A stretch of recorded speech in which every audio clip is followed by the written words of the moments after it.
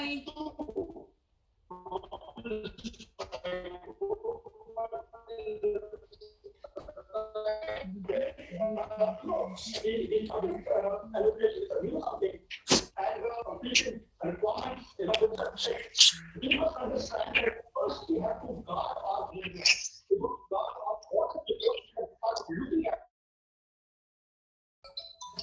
Yeah, Mulu, I think we're all done.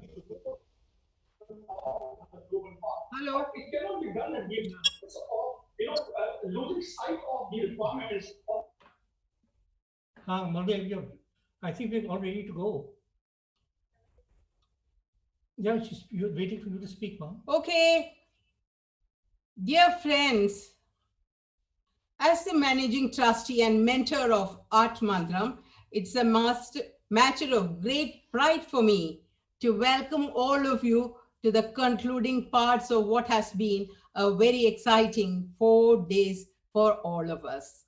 I am finding it difficult to think that the long awaited Glasshouse Festival of Poetry from around the world, presented by Art Mantram, is coming to a close.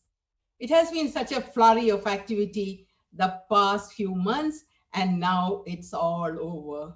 We have come to the exciting part of the festival, the award ceremony. We have introduced the Glasshouse Poetry Awards, a well contested first, second, and third prizes. We also have to announce the Haiku Awards. At the outset, I'd like to acknowledge here the presence of the members of the Board of Trustees, Advisory Board, and Executive Committee of Art Mantram Trust, as well as the Board of Glasshouse Festival and the Board of Jury of Glasshouse Poetry Awards, Haiku Awards, curators, award winners. A warm welcome to all of you. Now I have the pleasant duty to introduce briefly the creators of this magical festival first, the curator and co-curator, Yumna Hari Singh Java and Rochelle Potkar, and then the esteemed judges.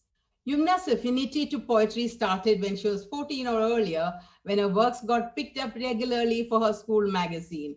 Through United World College in the US, Lady Sri Ram College in Delhi, and London School of Economics, she nurtured the aptitude. A former corporate personality in Cadbury headquarters in London, she is involved in several prominent social organizations. She is the vice president of ELSA Bangalore, of our college, the founder trustee, and currently the vice president of Art Mandram. This online event in the course of the pandemic was conceptualized by her. As you all know, she's the curator of the festival and has put such a grand event on the ground, ably supported by poet, author, and critic Rochelle Potkar, Praditi Punja Balal, and other eminent curators and poets. It's mainly her passion, dedication, and meticulous planning and coordination that brought together over 85 poets and scholars, musicians, all together over 100 people to create the magic and joyous energy of this festival in these times of isolation, desolation, and lockdown. Now, I would like to introduce Rochelle Potkar, the dynamic personality, fictionist, poet, critic, curator, editor, the screenwriter. Rochelle Potkar's paper Asylum was shortlisted for the Rabindranath Tagore Literary Prize in 2020. Her story collection, Bombay Hangovers, is due soon. Now, for the esteemed Board of Jury for awards. A poet, we'll start with the lady first. A poet and fiction writer, K. Srilata is a professor of English at IIT Madras. Besides high accolades, achievements, and publications, her novel Table for Four was longlisted in 2009 for the Man Asian Literary Prize. Thomas A.J., an Indian English poet, fiction writer, translator, and editor. He translates poetry, fiction, drama, and non-fiction prose from Malayalam to English, with more than 20 titles to his credit. He has been the editorial team of Indian Literature, India's national literary journal, for more than 20 years as its assistant editor, and as guest editor now. Abhay K is author of 9 poetry collections and the editor of the Bloomsbury Anthology of Great Indian Poems, Capital's New Brazilian Poems, and the forthcoming The Bloomsbury Book of Great Indian Love Poems. His Earth Anthem has been translated into over 50 languages. K. Satchidanandan, the chairman of the jury board for these prizes, is an acclaimed poet, writing in Malayalam and perhaps the most translated poet from India. In addition to being translated into many languages, his collected poems were published by Poetry Wala titled The Missing Rig. And here is the haiku judge. Ramesh Gauri Raghavan moonlights as an award-winning copywriter by day and daylights as an award-wanting poet by night, and sandwiches writing haiku, editing the literary e-journal Narrow Road, the occasional uh, trek fair counseling for suicide prevention, and learning languages in between. He thinks he's funny, but his friends vehemently disagree. Now, I hand over to Rochelle to take forward Rochelle and Yumna Hari Singh Java to take forward the award ceremony. Over to you. Thank you.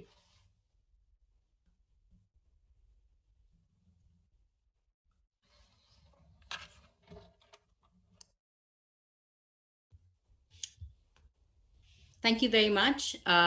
Rochelle, I think I will do a quick award introduction of what we had thought about.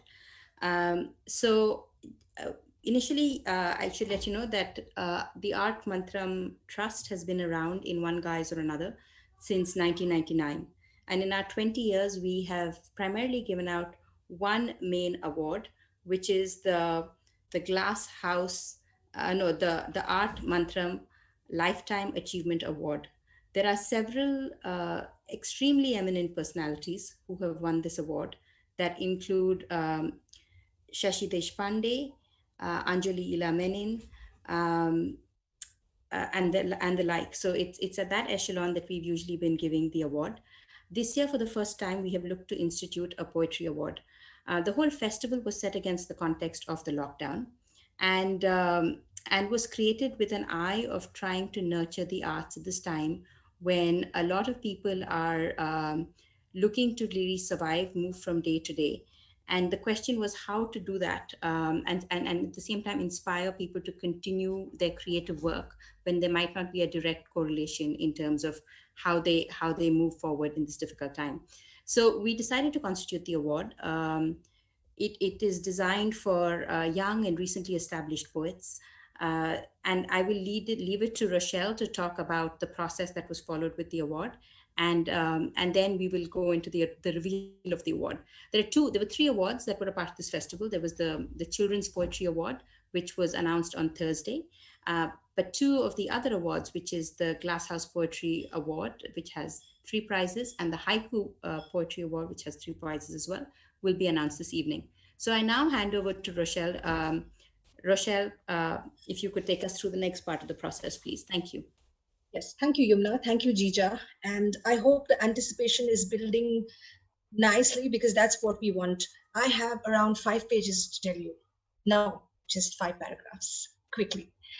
So good evening, everybody. And I'm so glad for this whirlwind of a festival to culminate at this point, because there's no better news for the spirit of poetry or a poet to hear about their work.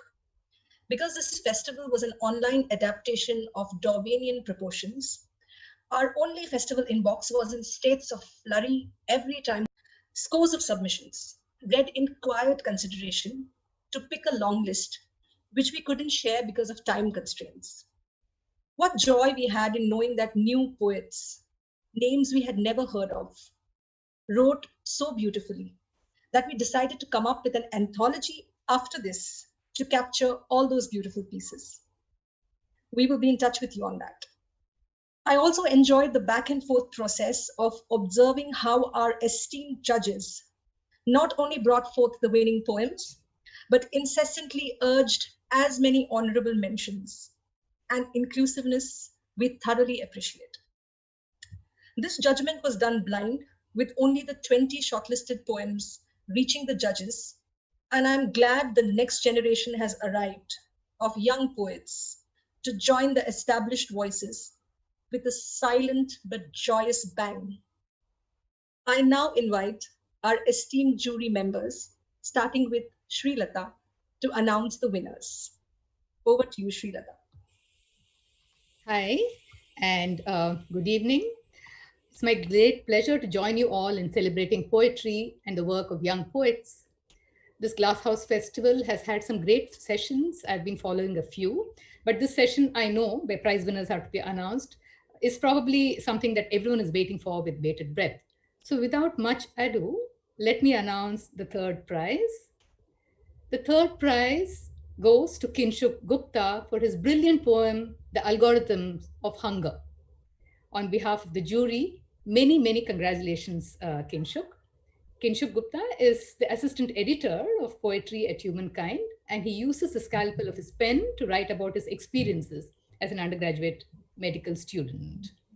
Kinshuk's prize winning poem is a powerful meditation on hunger and death, each stanza working as a standalone piece, dwelling on what hunger really means across contexts, across landscapes. It's a very tightly crafted poem which has a distinct narrative thread that segues across sections.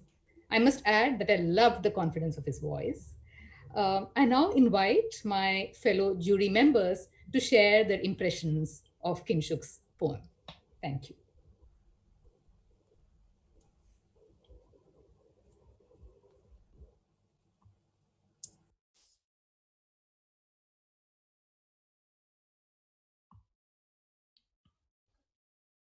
Hello.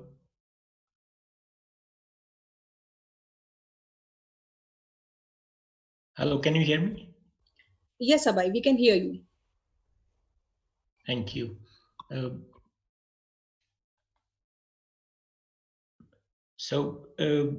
Kinshuk's poem, which is number Number 4.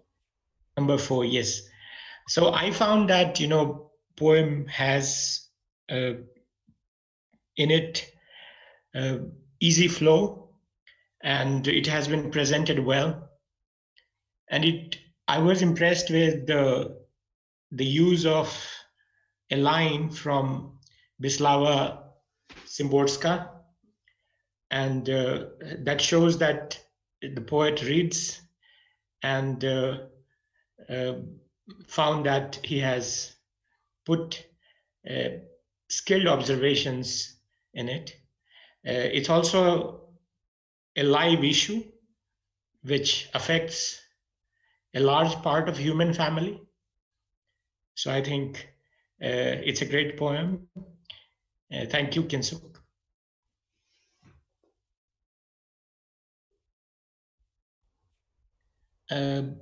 Maybe we have the comment of Dr. Thomas, if he's with us.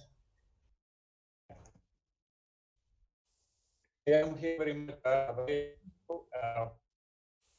Yeah, I was just thinking about the fantastic sweep this poem, The Algorithm of Hunger, has. It's reach to history, the great Bengal farming, like how Winston Churchill, for example, kept millions starving and dying in millions. And look at this line in the third section in italics. A good master should know the exact amount of flesh that keeps the tiger breathing but doesn't let him roar. So this is exactly what hunger is all about. Keep the man alive enough to do the necessary works. Don't let him excel in anything. Don't let him go beyond his master. Now, this is exactly what this is about. So, the gist is, it is It is an anatomy of hunger, or algorithm of hunger is another way of saying it, but to me it is an anatomy of hunger. It's fantastic. It's really, I congratulate Kinshu for this fine poem. I'll move on to the next person who's online now, right now. Rochelle, can you move me to the other person? Yes, Dr. Thomas, if we could move on to the winner number 2. Yeah, sure. Winner number 2 is the smell of lemons. Yeah, this is the swastika jaju. The smell of lemons. I'll just read out 2 comments from judges already there. It is densely poetic, pithy, and outstanding. And it's noted for its skillful use of poetic imagination. It's an ode to a lemon, a delightful read, with the comments of the judges. This is a compact poem. This is like what you can accomplish with it's a kind of study. If in painting you call a study. It's a study of lemon. It's about a lemon, but it's much beyond that. It's about the citrus help cleanse the palate of a nightmare. That's how it begins. So this is a poem which makes you feel what it is to have something that stimulates you, something that soothes you. It's a poem. It is really a natural poem. Is there anything wrong?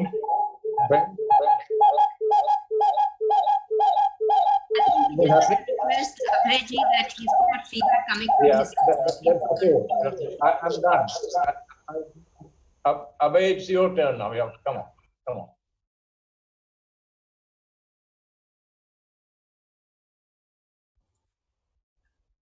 Abhayji, are you there? So we could have Abhayji is, I think the connection is gone. We could have the winner number 3 and winner number 2 read their poems. So Kinshuk, if you could read, and after you, Swastika. Yeah. Good evening, all of you. Firstly, I would like to thank all the organizers for giving me this prize and all the judges. Thank you so much. Before the lockdown began, watching my friend feeding dogs of her college campus was a usual and familiar sight for me. What really intrigued me then was the fight between them for every morsel. Now, since we are almost about 4 months into this lockdown and the college is closed, I don't know what happened to the dogs.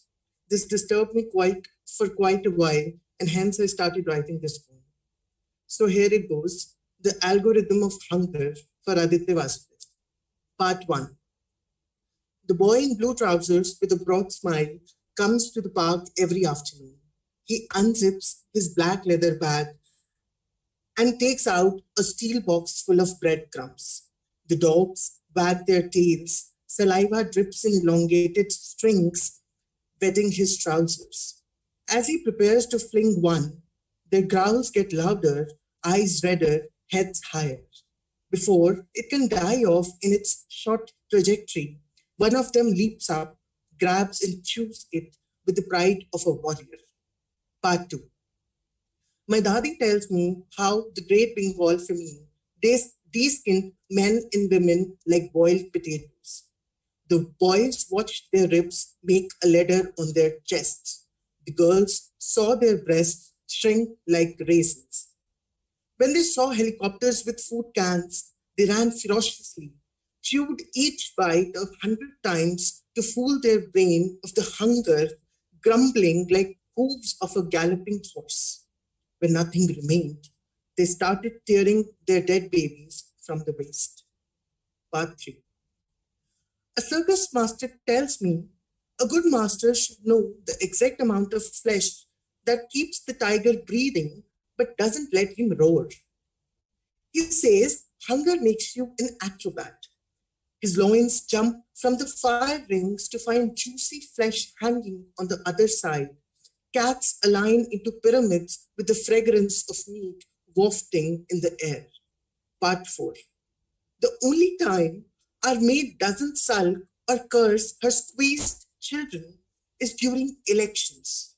While washing utensils, she repeats 4 cans for voting, 2 for praising elections, 1 for referring others. Elections do good, at least for some. Part 5. History counts its skeletons in round numbers. 1,001 remain 1,000, as though the one had never existed. Thank you so much. Thank you.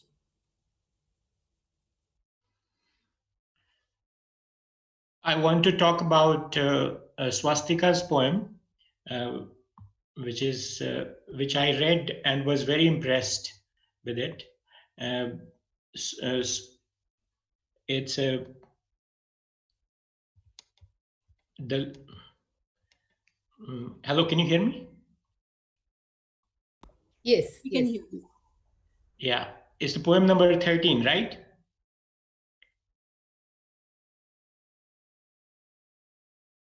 Yes, it is. Hello. Yes, it is poem number 13. Yeah, Smell of Lemons. And this poem has a great poetic poetic form, and it's like an ode to a lemon. And I particularly liked its flow, which impressed me. And and this was the first poem which sort of struck me as a very well written poem. And and I thought that it has a great the poet has very skillfully used imagination and words to put to write this poem, and it was a delight to read it. Congratulations to the poet, and it's a wonderful poem. Yeah, if I may also add to what Abhay just said, I think this poem Smell of Lemons takes some really unusual turns and makes very interesting leaps and connections. It's also very, very precise in what it does, and I really enjoyed that. By the end of the poem, I could not think beyond lemons, which means the poem really worked, I suppose.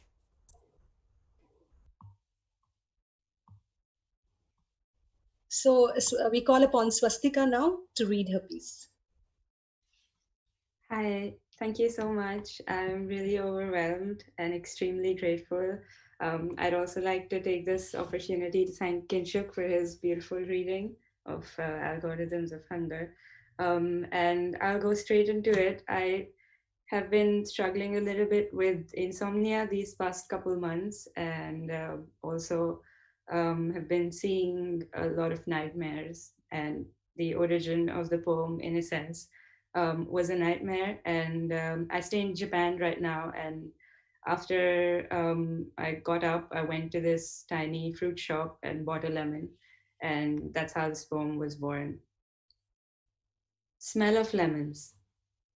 Citrus helps cleanse the palate of a nightmare. It helps to not despise the body, despite the body having shrunk into a map of fear and tremble turned into a language I will spend years decimating. Citrus from the store around the corner needs careful attendance. Wash, peel, extract, and pour. The motion thrives on the keenness to forget that fear, and it allows for stammering, allows for juice to spill, splutter, singe. The cut on my index finger comes alive suddenly. Fresh with pain, it sought these past days simply to know that there is a wound. Sometimes to be reminded of wounds is the origin of a prayer, a poem, a perfectly squeezed lemon. Thank you. That's what the poem is about. I'm sorry, I'm a bit awkward and not so um, articulate, but thank you very much.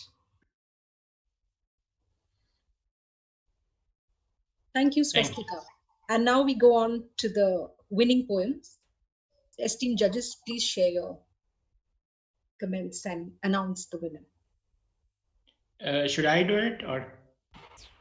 Sure, Abhay, please go ahead and I'll speak after you.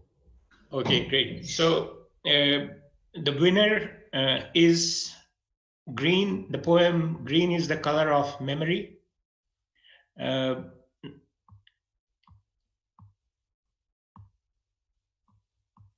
And no, just a second. The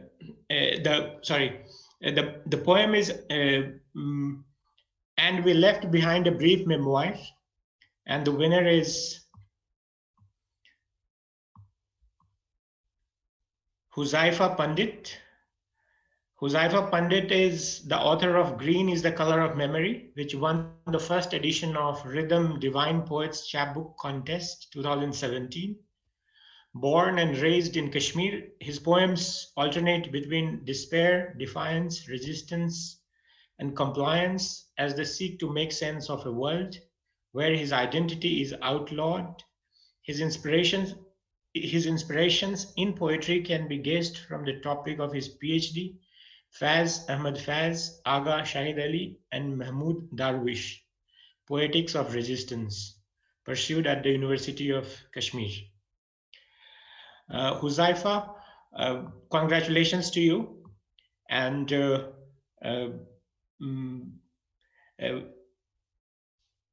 I particularly liked your invocation of the river Jhelum. Under the tall shade of autumn maize, but you crept back in ripples of Jhelum's song. And also the use of words like will we be cured of the dream of crust Mawal and the test of jaded Jafar Posh. And the last line, the last stanza, is it possible now to take 2 steps beyond the dark and kiss our ripe moon? Thank you for the poem and congratulations.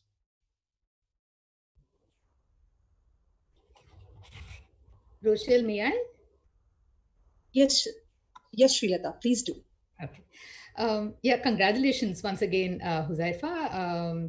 I didn't realize it was you because it was, of course, blind reading, but I have read some of your other works. Congratulations. I really enjoyed this poem. So the poem does the work of a poem, I find, which is to reach into your heart and literally sort of rip it out. And all of it in the most nuanced, delicate way possible. So sometimes, you read a piece of text and you instantly recognize it to be what we call a poem, it has that quality. So this is one really fine example of that. And you feel every line of Huzaifa's poem. Congratulations again to you. And over to Dr. A.J. Thomas.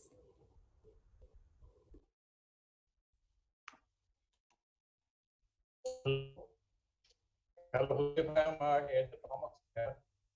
And I'm so very glad that I'm here sitting now and being able to address you. This is a fantastic poem. I've read your poems, and I find this is what they very subdued yet clear and accented utterance about the mood of Kashmir, the voice of Kashmir. Really, this really touched me, and I would say that many of the poets, they this is general, they're quite shy of addressing social problems and problems regarding certain things that affect us generally like that. But this is an example of how we can do it the most poetic way. And I thank you for that. This is a very fine, fantastic poem. Though, I'm just sharing it with all the judges also. When I was reading it, I was reading about that. I thought, of course, it was a blind poem. So I thought it would say, just for that, that's very, very funny feeling when I saw that it was the same one. Very fantastic, really something like that happening. That my hunch coming correct. That's something very good. And I congratulate you. Please, the next one.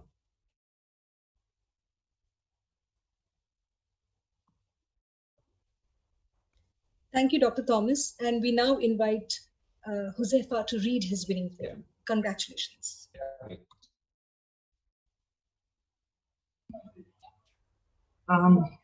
Thank you. It's quite an honor to be judged as the winner. Certainly, I didn't expect it. I entered the competition on a whim, and I'm glad, pleasantly surprised that the poem was chosen as the winner. And I'm really glad the judge spoke such nice things about my poetry. It's a pleasant feeling. The poem, as you can see, was written post August 5, when Kashmir was converted into a union territory and placed under strict curfew.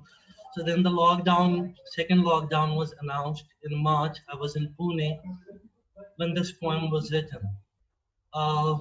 Because people used to complain about lockdowns, and nobody gave a thought to that I had lived all my life in such lockdowns. Nonetheless, I think I'm supposed to read my poem. Am I supposed to read the poem? Yes, Josefa. Yes, Josefa. Please do read it. Right. Okay. So the poem is titled "And We Left Behind a Brief Memoir."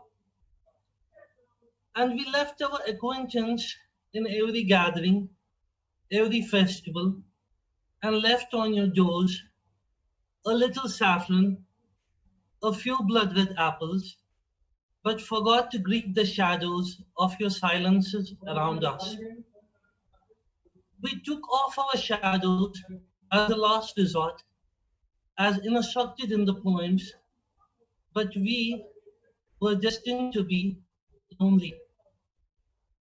The yellow butterfly of siege carried our madness on its knifed wings, and in the prisons of our half-prisons, we too cried mirrors of dull water, under orders to keep eyes dry, lest the alphabet of dreams of your prisoners be inked in calumny.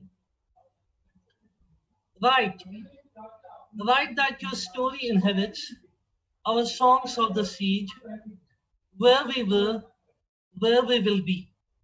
Write that your story inherits our songs of the siege, where we were, where we will be. Dip our name in your songs, that we may empty our eyes of the desert snow. We promised we will forget you under the tall shade of autumn maize, but you crept back in the ripples of Jalem's song. From our words was born the map to the forbidden Eid, when we forgot to offer our Yusuf at the faraway courts of the emperors of famines. Our lovers kissed the sparse grass and flew off in wind and dust over the mountains of our tomorrow. We asked them, will you meet us as rain on the roof of strangers on a necklace day? Will we meet on the ocean banks of our boats in mid-river of unspoken news? Will we be cured of the dream of crushed marble? Marble is a flower that is used in cooking to impart color and as a flavoring agent. Dream of crushed marble and the taste of jaded Jafar Posh. Gain a flower, yellow flower in Kashmir. Will we be cured of the dream of crushed marble and the taste of jaded Jafar Posh?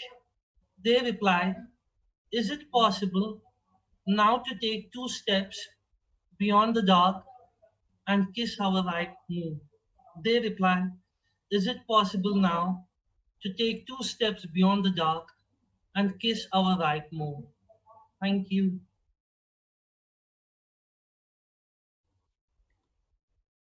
That was very evocative. Thank you so much, Josefa. And before we move on, I would like to mention the names of the honorable mentions. Kartike Agarwal for an untitled book of poetry, a ghazal. Urmila Prahlad for Mizpah. Suchi Govindrajan for weaponry. Smriti Verma for a meaning of my name. And Manjul Bajaj for Shah Jahan's daughters. Congratulations to you all. And now we move on to Ramesh Gauri Raghavan and his sharing of the haiku contests. Over to you, Ramesh.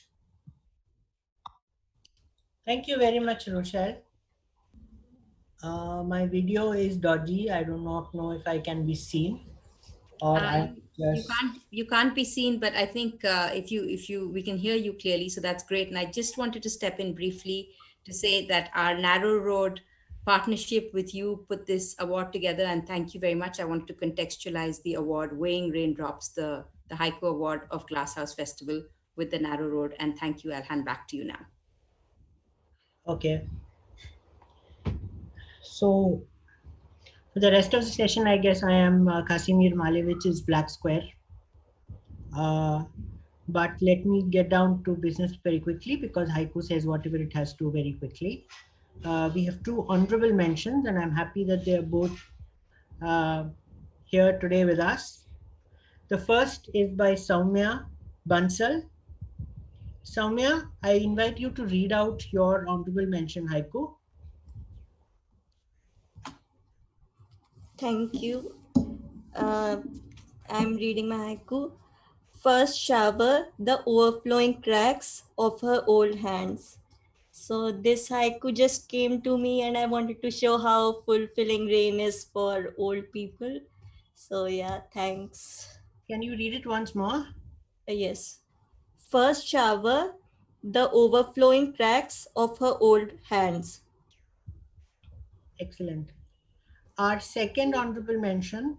Ramesh, may I just interrupt? If you could say a few words about this haiku, because I'm just assimilating it and it's really beautiful.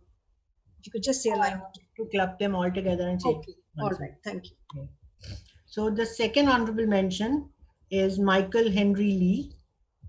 Can you read out your haiku, Michael?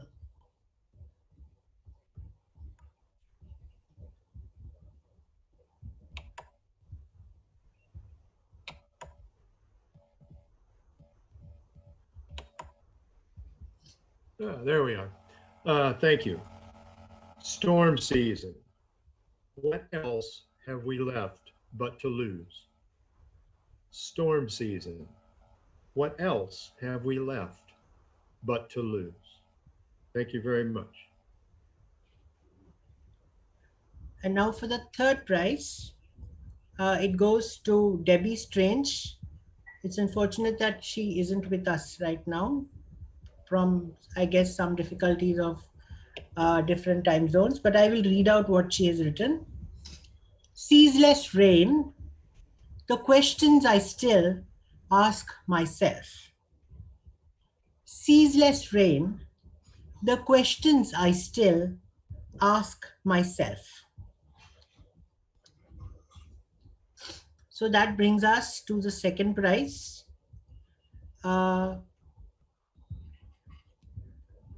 Which goes to Suresh Babu, and I welcome you to read your haiku. Hello, ma'am, I'll read my haiku now. My haiku is, after the rain, a stray dog sniffs at Basho's frog I will read again. After the rain, a stray dog sniffs at Basho's frog. And I like to tell a few things about this haiku. I mean, there is not just one experience behind this haiku, and I can tell there is a collage of experience, a lot of experience behind this haiku. At the surface level, this talks a lot about, it talks about, Basho's frog. I mean, when you take your first baby step in haiku, you start reading Basho. And then there is Basho's famous poem like the old pond, a frog leaps into water sound. So there is something, about Basho's frog. And then I come from a place called Chikmagalur in Karnataka. Of course, I don't belong here, but I'm working in a school here. So this is a place of rain. You have rain pouring here for 3-4 months, and you have the frogs croaking in the night. So this, and and one more very important thing I want to tell you is that there's a temple very close to my school, around 30 kilometers where I work. It is called Sringeri.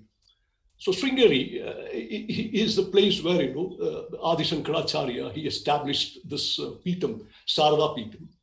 So there, if you look at the story behind, him establishing this Peeta, you can find there that the story is that there was a frog there, and a cobra, it came there and it spread its hood and then started giving protection to this frog, which was actually undergoing labor pain. So there, the connection is that it's love between two natural beings. So all this, collage of experiences in my mind, and that, made me write at the level, at the surface level. It's all, what you see, you write. But at the deeper level, it has got, a greater meaning also. That greater meaning is like, I started writing haikus and haiku poems, and I know I've been sending this haiku to many magazines, and it was very difficult for me to get published in magazines and all. So at deeper level, I was thinking that I am also like the stray dog, like sniffing at the frog, reading a lot of poetry, and so it has got a deeper meaning also. So there are different levels of interpretation which I can give to this poem. But thanks a lot. Thank you so much. Thank you very much, Suresh. And I think now the winner knows who she is, and I'm sure she's been trembling with excitement all this while. So Neha R. Krishna, congratulations. Please unmute yourself and read out your winning haiku. Thank you, Ramesh. Oh, yes, I am truly very thrilled and excited to know this. And I would like to thank Team Narrow Road, Team Glass House Festival, all the organizers and the judges. Thank you so much. My haiku. Gentle rain, even on the graves with no flowers. Gentle rain, even on the graves with no flowers. Thank you. Thank you very much. So to make up the judges' comments, the way we judged, we got over 129 entries. Several of them were haiku only in the sense that they are defined as 5 syllables and so on and so forth. But we finally came down to a long list of 25. The judging process was again blind. Paresh removed the names of the authors. So Paresh's judging was not entirely blind, but myself and Rohini, we judged in the blind. And we remarkably found that our long list was more or less the same for all of us. So then from the long list, we had a much heavily debated shortlist. And the 15 that made it to the shortlist will be published in Narrow Road December edition with the judges' comments and all. There is still some fighting going around there. But then Neha was the winner by far, as in on sheer points alone, she beat the other writers by quite a big difference.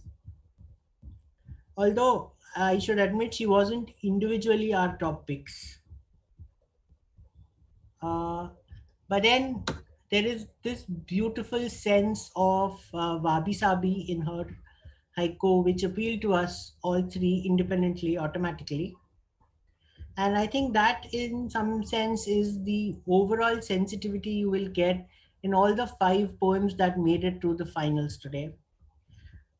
A gentle sense of loss, a gentle sense of accepting the loss, and even learning to find some happiness as the world declines with time.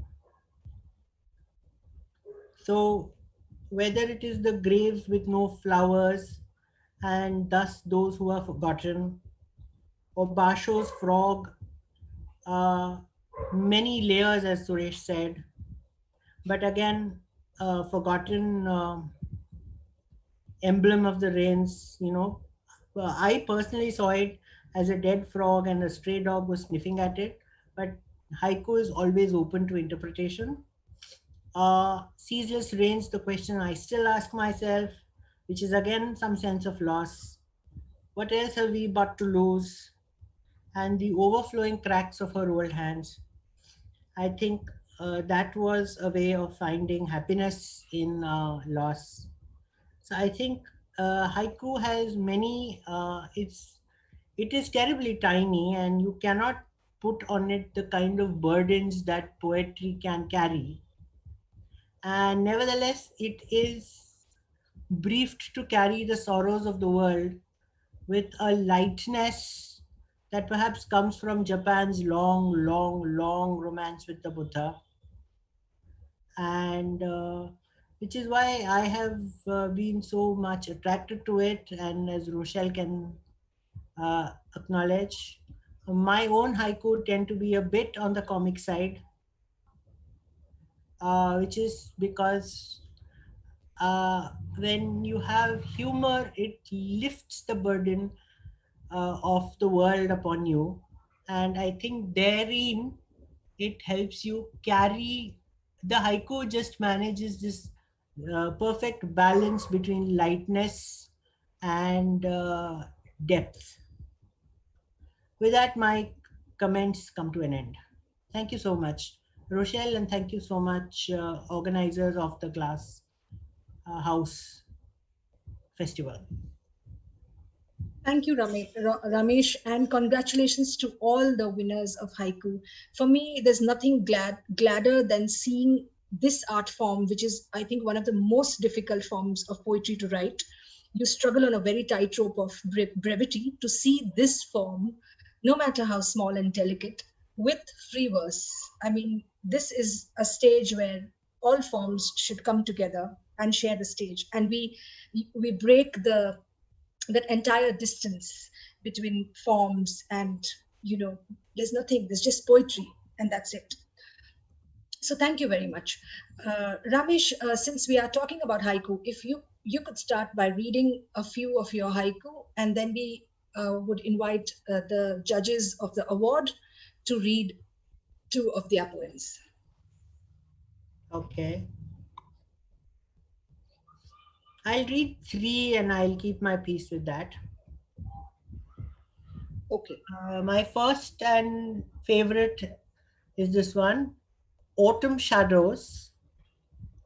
The tall and thin man I never was.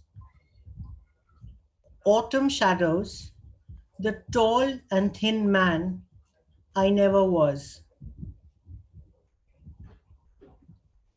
The second one is divorce hearing. She still orders my coffee the way she likes it. Divorce hearing. She still orders my coffee the way she likes it. And the third one is based on a season that is known only in the Konkan. It is called Agoti. It is the first few weeks before the rains lash the coast, when the clouds are assembling and the summer's heat has not yet gone away, but it is slowly becoming dangerous to set out to the sea and catch fish. So here it is. Agoti,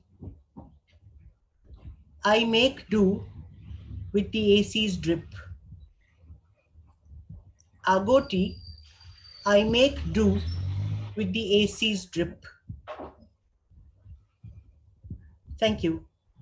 Thank you, Ramesh. Very immersive. And now may I call upon Srilata to read her poems. Hi, Rochelle. Thank you. I'll be brief. I'll read just two poems. Both poems are from my collection, The Unmistakable Presence of Absent Humans, published by Poetry Wala. The first poem I'll read, share with you today, is called It is 1966. I am not born. My father knocks on the door of a house I have never seen. There at the door stands my mother, slender, a sprig of jasmine in her hair. I take a taxi to the park, where they are sitting on a bench, a foot apart from each other. He with his face resolutely averted, she with her eyes on the poorly tended flowers. It's the beginning, I know, of that great quarrel. My mother, no longer a new bride, the edge of her sari already a grieving afterthought. She doesn't see me. She sees only the crumble of her years. I am to hold forever the grating harshness of it all. I walk up older already than both of them. Tell them I am their only daughter, and will they please, please look at each other? The way they had the day he had knocked on the door, she had let him in, jasmine in her hair. My mother looks at the flowers, the crumble of her years, my father away from us both. The second poem is much shorter. It's called A Disappeared Person. They say a person can disappear and leave no trace at all. Such things are known to happen. Missing persons cast no shadows. They don't leave used dishes in the sink, nor square bits of body soap, nor toothbrushes that have flowered slightly, nor notes declaring love, etc. on the fridge. But surely growth and all sorts of things are possible in the life of a person who has disappeared. And so, like the blade of a knife, that shadow presence, leaving used dishes in some other sink, square bits of body soap, toothbrushes that have flowered slightly, notes declaring love, etc. on someone else's fridge, ruining ever so slightly the geometric alignment of our lives. Thank you. Thank you, Srilata. That was so beautiful. And I wish time could expand and we could hear so much more of you. But alas. We now move on to Dr. Thomas. Dr. Thomas. Hello. Yeah. Can you hear me? Yes. So let me thank you, Rochelle, first for inviting me here. And I would like to thank also Dr. Gita Mathan, Hari Singh, and Hari Singh, Java, and all our panelists. I couldn't even talk to them. I saw Abhay in a flash. Srilata, of course, I saw you. So my thanks to all of you for being there in the evening together with you. So I have two poems. The first one I'm going to read is titled Shurpanakha. Shurpanakha is that character from Ramayana, Ravan's sister. You remember her? Yeah. Shurpanakha. Can you hear me? Is it clear? Is it clear? Oh, yeah. My enticing smile, alas, reveals only my fangs. My enamored fondling of your winsome shoulder are but scratches with my talons. My love-burned eyes turn into two blazing embers. My bosom, aquiver with passion for you, reveal only my hirsute teeth. How am I to love you, Rama, with all these treacherous exteriors? My love for you is the yearning for the eternal you, with a capital Y. But this is how I am defined. And you, of all people, spurn me. You're all seeing, aren't you? How come you can't see my heart burning in Panchagni, yearning for union with you? Your petite wife, whom you call half your body and soul, will soon turn fickle and jump out of the circle your slave brother has confined her in on your behalf. You can't spurn femininity and get away with it. I am Shurpanakha, the sole sister of the conqueror of heaven and earth, yet I fail in front of you, Rama.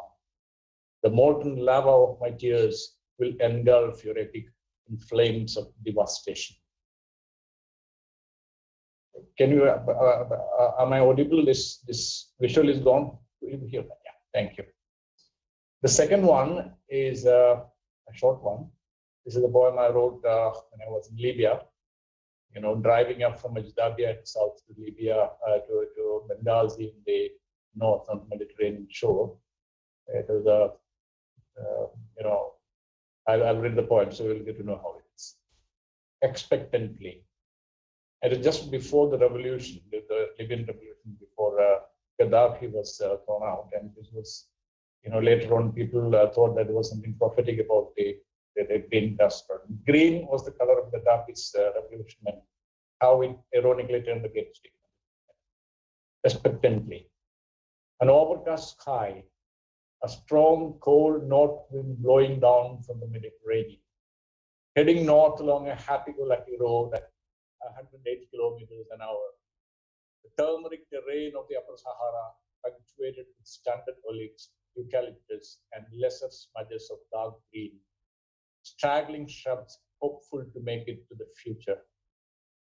Small flocks of sheep and a precious goat. Road signs with the picture of a camel. But what's here?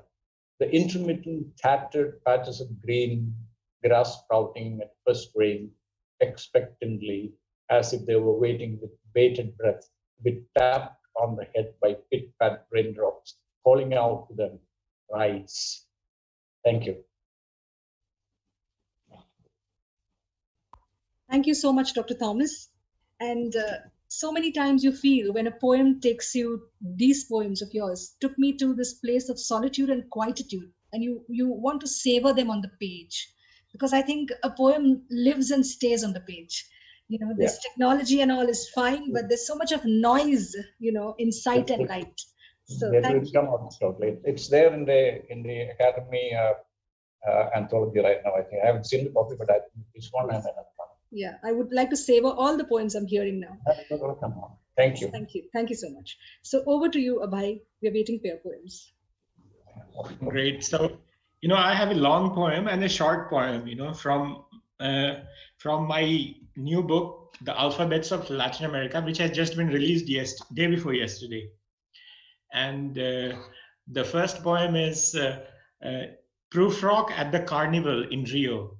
I want to take the audience a little bit, you know, towards Latin America and towards the carnival, which happens every year in February or March. And I had the opportunity to attend it about 3-4 years ago. And this poem is basically a rewriting of Proof Rock's love poem, the love poem of Alfred Proof Rock. So here is the poem. Let's go then to Rio, to the carnival, when drums are beating like heartbeats of lovers meeting after a long interval. And samba dancers are out in the streets. Let's go and catch a flight to Rio. Flights full of revelers that take off at night. Oh, do not say no. Let's go to Rio. In the samba drome, dancers come and go, showing off their torso. The colorful floats roll on and on. The colorful marchers sing passionate songs. Mesmerized revelers bite their tongues and shout in drunken madness. swaying back and forth like sea waves under the full moon February night. There will be time for the samba dancers to move their hips back and forth. There will be time to dance in full glory under the moon. There will be time to steal hearts, moving hands and feet. Time for this, time for that, and time yet for 100 others before the long night is finally over. In the samba drome, dancers come and go, showing off their torso. And indeed, there will come a moment to ponder. Should I descend the stairs and join the samba dancers with other drunken revelers? They will say, "What is sport? I wear a khaki-colored linen coat over a white shirt, linen trousers, the color of dirt." They will say, "How does he dress so smart?" Should I descend the stairs and join the carnival? Eternity hides in a moment. I wait for that moment's arrival. For I have known that such a moment exists, have known that such a moment comes once in ages, and I have waited for it so long. And I know it is coming, it will come, with the music, light, and colors of the carnival. So should I not wait a little more? And I have seen the world, London, Paris, Amsterdam, New York, Shanghai, Durban, and many other wonders. So where should I end? My journey of years and years? So how should I end? And I have known other pleasures, known them all, pleasures that belong to grown-up men and women. But Rio Carnival is transcendental, beyond all. Is it the beating of drums? Or the bare samba dancers that makes me scream? And then should I assume this is it? Shall I say I have seen all the samba schools and watched all the samba queens in the samba drome on the top of exotic floats? I should have brought a pair of the best binoculars to look at these unforgettable, splendid sights. And the night is fully awake, filled with joyous screams, people swaying, twirling in Kamaruchi, with pouring music, songs beside you and me. Would I, after copious drinks and sumptuous dinner, have the strength to leap into the crowd? But though I have reveled and feasted, reveled and flirted, though I have seen samba dancers wearing nothing but paint, riding the floats, performing gymnastic feats, I'm no saint, and here is nothing to regret. Don't go live. Don't go live. I have seen this moment of my life etching itself into eternity. And I have seen a drop of water contain an ocean. And I can say it with certainty. And has it been worth it after all? After the long wait, crowds, and a night of jostling among the common men and women in Samba Drome? Has it been worthwhile to have stood the whole night on my feet? To have left behind my only child with someone I have hardly known? To say I am Krishna from the Dwapar age? I have come to see the Ras Leela in Rio. If one joining the carnival should say the Raslila is the carnival of the modern age, and has it been worth it after all? Has it been worth it after all? After the sea wind that strikes the window panes, after the walk over white sands of Copacabana and Ipanema, and so much more. And is it possible to say, this is it? This is it, what I meant? It has been worth it after all to walk over the white sand, to touch sea waves with one's feet. This is it, this is all. No, I'm not Ram or Buddha, nor was meant to be. I'm a flirtatious lord, one that will see a samba queen dance in her full spree, prod her to do even better, get electric, regal, stately, full of thunderous energy, at times slow with a pause, but without a dull moment at all. I grow fonder and fonder of the samba dance. I shall remain forever here in Rio, given a chance. Shall I grow my hair and become a carioca cutie? Shall I go straight to the beach or return to duty? I've heard Copacabana is full of beauties. I do not think they will look at me. I have seen them lying on the sand, wearing nothing but a book in their hand, lying on the beach, between sea and land. We have reveled long in Rio, seen samba girls in all shades of the rainbow. Shall we go then? Shall we return home? Thank you. Thank you very much, Abhay. You've actually managed to teleport us through the lockdown, and now we're somewhere else. Thank you so much. Thank you. This was a living, moving dance. Thank you. I thought that it should move us during the time of lockdown. It has. I don't think we are here anymore. But if Yumna is still here, I invite her to conclude the session. I am indeed here. Thank you very much. I think I was lost in the rhythms of music. I was lost in all of the raindrops. So thank you all so very much for joining us. I wanted to quickly say, as I was touching on before, that because so far until date, our only awardees were our Lifetime Achievement Awardees, who are sort of, at the top of their careers in terms of literature and arts. That it is the first time that we have instituted an award for young and upcoming poets.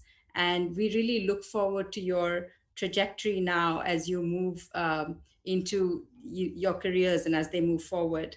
So congratulations to our young winners, Josefa, Swastika, Kinshuk, Neha Suresh, and Debbie. And to our honorable mentions, Kartikeya, Agarwal, Urmila, Suchi, Smriti, Manjul, Michael, and Soumya. Thank you, of course, to our jury of Shri K. Satchidanandan, K. Srilata, Dr. A.J. Thomas, Abhay K. and Ramesh Gauri. The poetry today has really, in this 1 hour, I feel like has encapsulated the whole world. You have taken us from the beauty of small, pithy haiku poems that transport us through to longer stories that take us back into where we come from. And who we are when we travel the world, but our identity is the same. So just very briefly to let you know that Art Mantram's philosophy is art for everyone, everywhere. We've been promoting art for the last 20 years with the idea that the masters need to come out of their ivory towers, and the fact that young artists and young poets, young writers need to be uplifted, that everyone needs to have sadhana in their soul and should do riyaz and give creative expression. So this is my appeal on behalf of Art Mantram Trust to everybody with us, to share your work, to inculcate your creative self, and to appreciate it in others. Thank you, Rochelle, for always being an amazing, amazing partner. And thank you for attending us. Look forward to the anthology, which will include works from the long list as well as the short list. And there's also an anthology coming out with Narrow Road of the haiku poems. So once again, thank you to our jury. Thank you to the participants. The money that you used as your entry fee goes towards our cause of supporting creative people in distress. Thank you to the audience who came to listen. We continue with the closing ceremony soon. See you there. It'll be on our page, which is glasshousefestival.org. It'll be on Facebook, YouTube, and Twitter as well. So thank you. Thank you, everyone, for gathering you. Thank you. Thank you.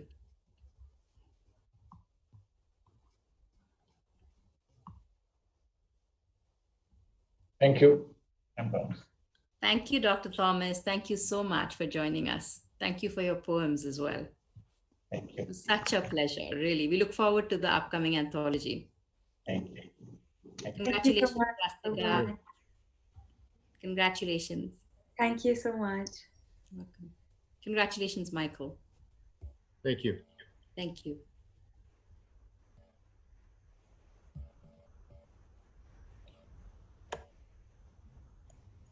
Thanks a lot. Thank you. Thank you. Thank you.